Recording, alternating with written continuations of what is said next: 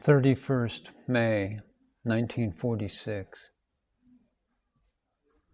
Mr. Phillips, an Englishman who used to be a missionary and is now a teacher who has been for 20 years in Hyderabad in India, came this morning, and he said, "I lost my son in the war.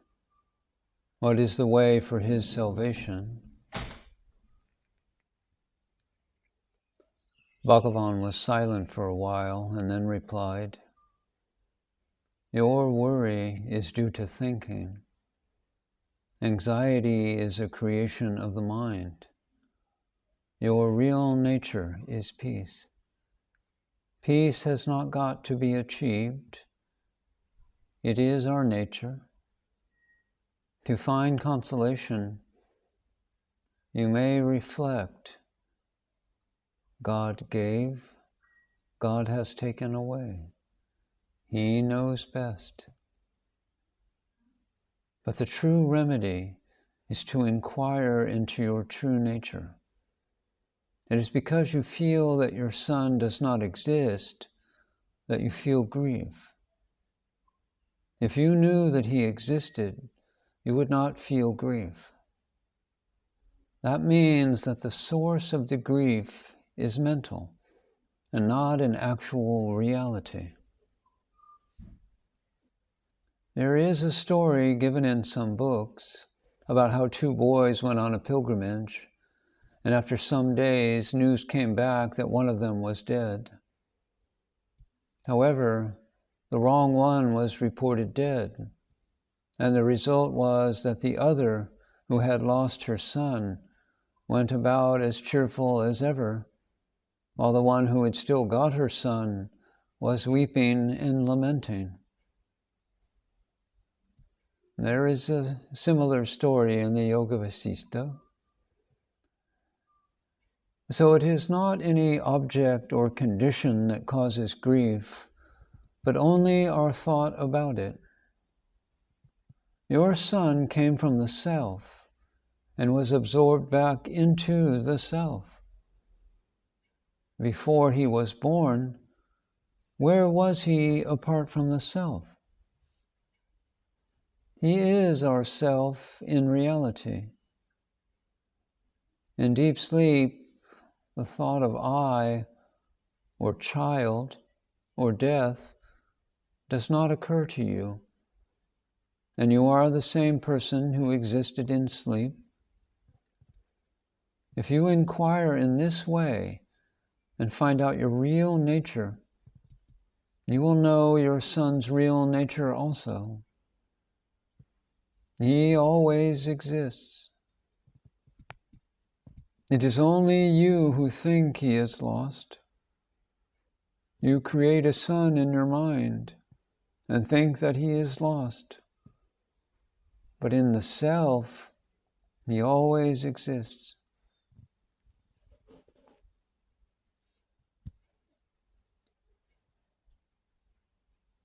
Mr. Jivraj Jani asked, "What is the nature of life after physical death?" Find out about your present life. Why do you worry about life after death? If you realize the present, you will know everything.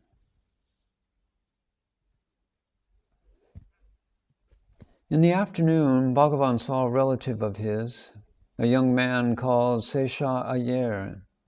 It was in the hall. And he said, "Seeing you reminds me of something that happened in Dindigul when I was a boy. Your uncle was living there then. There was some function in the house and all went to it, and then in the night went to the temple. I was left alone in the house. I was sitting, reading in the front room, but after a while I locked the front door and fastened the windows and went to sleep. When they all returned from the temple, no amount of shouting or banging at the door or window could wake me. At last they managed to open the door with a key from the opposite house, and then they tried to wake me up by beating me. All the boys beat me to their heart's content, and your uncle did too, but without effect. I knew nothing about it till they told me the next morning. I asked, how old was Bhagavan then? About 11. The same sort of thing happened to me in Madurai too. The boys didn't dare touch me when I was awake, but if they had any grudge against me, they would come when I was asleep and carry me wherever they liked and beat me as much as they liked, and then put me back to bed. And I would know nothing about it until they told me in the morning. And I said to Bhagavan, it would seem that even in those days, Bhagavan's sleep was not ordinary sleep, but some sort of samadhi. I don't know what state it was, but that is the fact. Some who have written about my life have called it somnambulism. It was certainly not somnambulism. That is walking in one's sleep. This was more like a samadhi, or absorption in the self. In the evening, Mr. Bose asked, is it good to do japa and puja and so on when we know that inquiry into the self is the real way? All are good. They will lead to this eventually. Japa is our real nature. When we realize the self, then japa goes on without effort. What is the means at one stage becomes the goal at another. When effortless, constant japa goes on, it is realization. Why did Bhagavan regard Arunachala as father? Bhagavan did not reply, but sat smiling. Perhaps for the benefit of others?